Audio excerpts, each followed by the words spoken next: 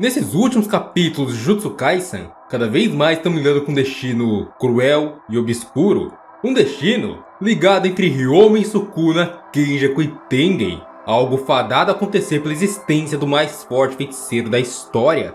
E quando nos perguntamos o que de fato está acontecendo e onde isso vai parar, a resposta que recebemos é uma grande incógnita, que nem mesmo os próprios vilões possuem alguma noção de onde tudo vai chegar. Temos a vertente tanto de Kenjaku como de Tengen, teorias que podem vir ou não se tornar realidade. Então, vamos começar agora explicando a vertente de Tengen, explicada lá no capítulo 145 de Jujutsu. Todos sabemos que no passado, há 11 anos atrás, antes dos acontecimentos da obra, no ano de 2007, Satoru Gojo e Suguru Geto falharam drasticamente em proteger receptáculos de plasma estelar, Riku Amanai, o que resultou na falha da assimilação de Tengen com um humano. Assim, ele não pôde parar sua evolução e talvez o suposto crescimento para um inimigo da humanidade.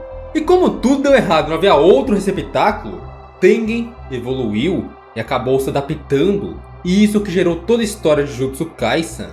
De acordo com ela, a sua imortalidade não a deixa envelhecer, mas sua evolução molda sua aparência, e por isso ela tem aquela semelhança estranha com Ryoma Sukuna. De acordo com sua explicação, aquela seria a aparência de um humano depois de 500 anos vivo. Quando Amanai morreu, a evolução foi executada e o senso de identidade de Tengen acabou sumindo. Assim, o céu e a terra se tornaram parte dele, como se fossem apenas um.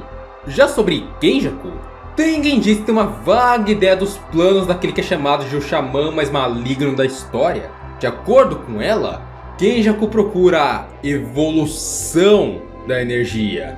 E transmutar humanos só com a energia de Mahito seria algo que daria um gasto ineficiente. E também a energia amaldiçoada não seria suficiente para o que ele quer.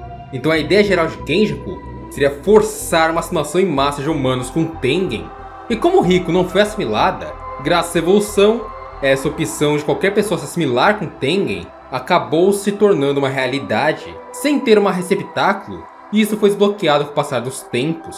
E Tengen, para nos dar uma linha de destino, explica o que aconteceria se ela fosse assimilada com outro humano, um humano normal sem seu receptáculo, e explica que os planos de Kenjaku poderiam culminar em um futuro drástico.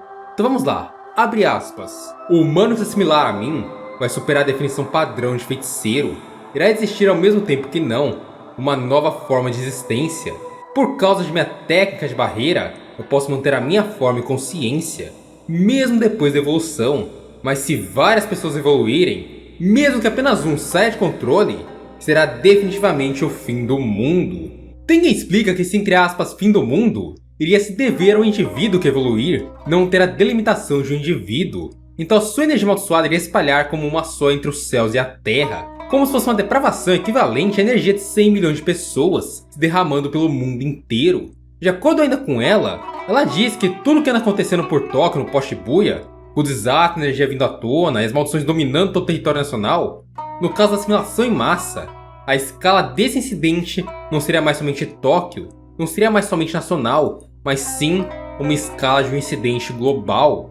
Entretanto, não tem como obrigar Tengen a fazer uma assimilação. Tem que ser algo com sentido, tanto por ela como pelo receptáculo, tanto que Riku Amanai aceitou, de certo modo, fazer parte da Tengen. Ela estava com isso na cabeça, pelo menos até o Suguru Geto não mudar seus planos. Mas é aqui, nessa parte do consentimento, que entra o segundo interesse de Kenjaku no corpo de Suguru Geto, o manipulador de maldições.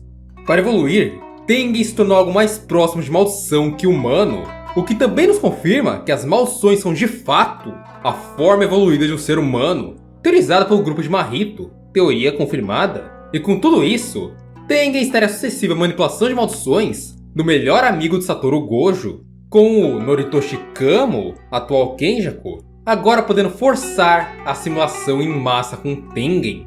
E quando questionado sobre o jogo do abate, para que serviria aquele Culling Game, Tengen deu uma breve visão dele sobre o que seria esses planos de Kenjaku, para que serviria aquele crime Jujutsu intenso. Então ele explicou da seguinte forma, abre aspas, é uma aclimatação ao processo de assimilação, fecha aspas. Ou seja, como um aquecimento, uma preparação para usar toda a energia daqueles envolvidos no jogo, como uma ferramenta para moldar o processo de simulação em massa. Até por isso, Kenjaku queria ir eliminando jogador por jogador antes da finalização do jogo, contando, óbvio, que Sukuna garantisse a sua vida e sua distância para Satoru Gojo.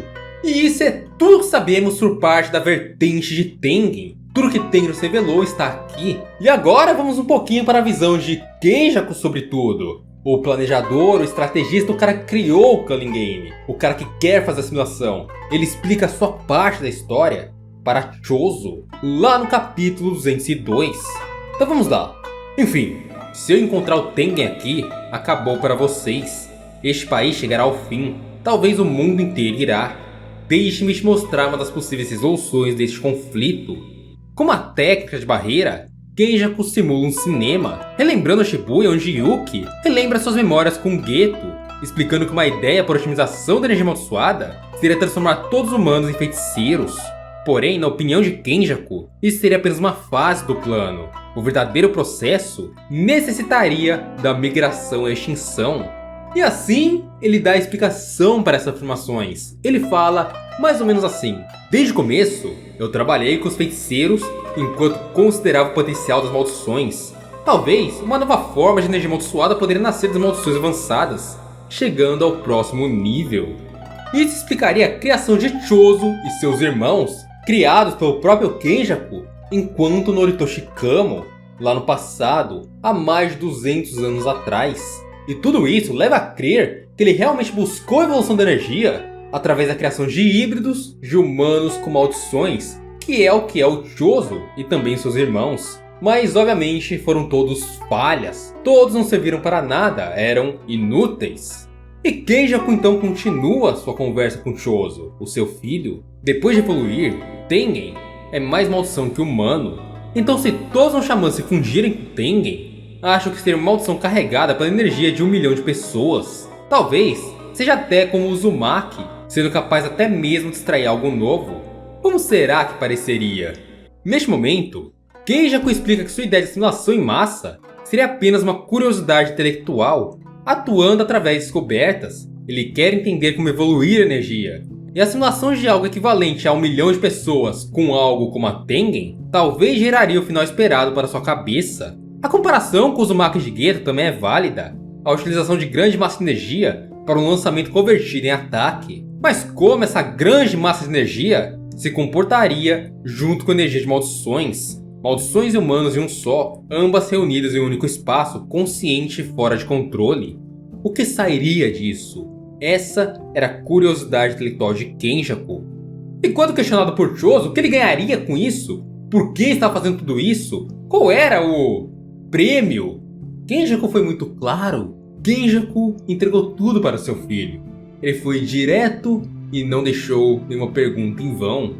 Ele falou o seguinte: você não entendeu nada que eu disse? É porque eu acho interessante. Bem, acho que vai ser interessante, mas eu não tenho como saber com certeza até que aconteça. Por exemplo, se o acúmulo de energia de 1 milhão de pessoas foi só uma cara de palhaço, o que é que você faria? Eu acho que eu daria risada. E com tudo isso, ele deixa claro que nem mesmo ele próprio tem noção do que aconteceria após iniciar o processo de assimilação, mas que ele gostaria de saber, e essa era a sua curiosidade, uma criança que estava pintando em papel em branco. E conforme a história vai avançando, Kenjaku junta todas as peças, a autorização sobre o jogo do abate, e uma série de ameaças sobre Shikigami Kogane, e também a captura de Tengen para manipulação de maldições. O único contratempo foi justamente a aparição de Otokotsu, que o finalizou em um único ataque. Mas, antes de sua morte, Kenjaku se manifesta através de seus, entre aspas, espasmos, criando algo esquisito para ter uma última conversa com Okotsu, e também enviando Tengen lá para Sukuna, passando sua missão para frente, e sendo agora um apenas arquiteto morto, sem realmente saber o que vai acontecer, apenas deixando seu legado para Sukuna. E com tudo isso, temos as últimas palavras dele para Kogane também. Abre aspas. Transfira a autoridade para ativar a simulação super sobreposta de Tengen com a humanidade para Fushiguro Megumi. E lá no capítulo 248, vemos o mais forte feiticeiro vivo engolindo Tengen e recebendo autoridade sobre o jogo. Já entendendo que a garantia da simulação que Kenjaku queria estava sendo ativada após sua morte, entendendo que Kenjaku estava morto e que ele agora era o dono do jogo do abate, e Sukuna afirma para Itadori o seguinte: primeiro, eu vou matar todos vocês. Depois, vou matar todos os jogadores da migração e extinção. E por fim, vou brincar um pouco com o Tengen, assim completar a simulação dele e de todas as criaturas vivas da Terra. Ou seja, apesar de não ter a curiosidade intelectual de Kenjaku, não ter tanta curiosidade de ver o que vai sair, Sukuna de fato quer ter uma luta interessante com a simulação de Tengen com todas as pessoas. Tanto que seria a última coisa que ele faria depois que eliminasse todos. Seria como um capricho na sua história. E por isso é tão interessante estar na mão de Sukuna. Seria talvez uma última chave. E esse destino, onde tudo ocorre como Kenjaku gostaria, hoje é o destino mais plausível da história de Jujutsu, já que o ritual de simulação em grande parte está pronto. Talvez ainda não em seu potencial máximo.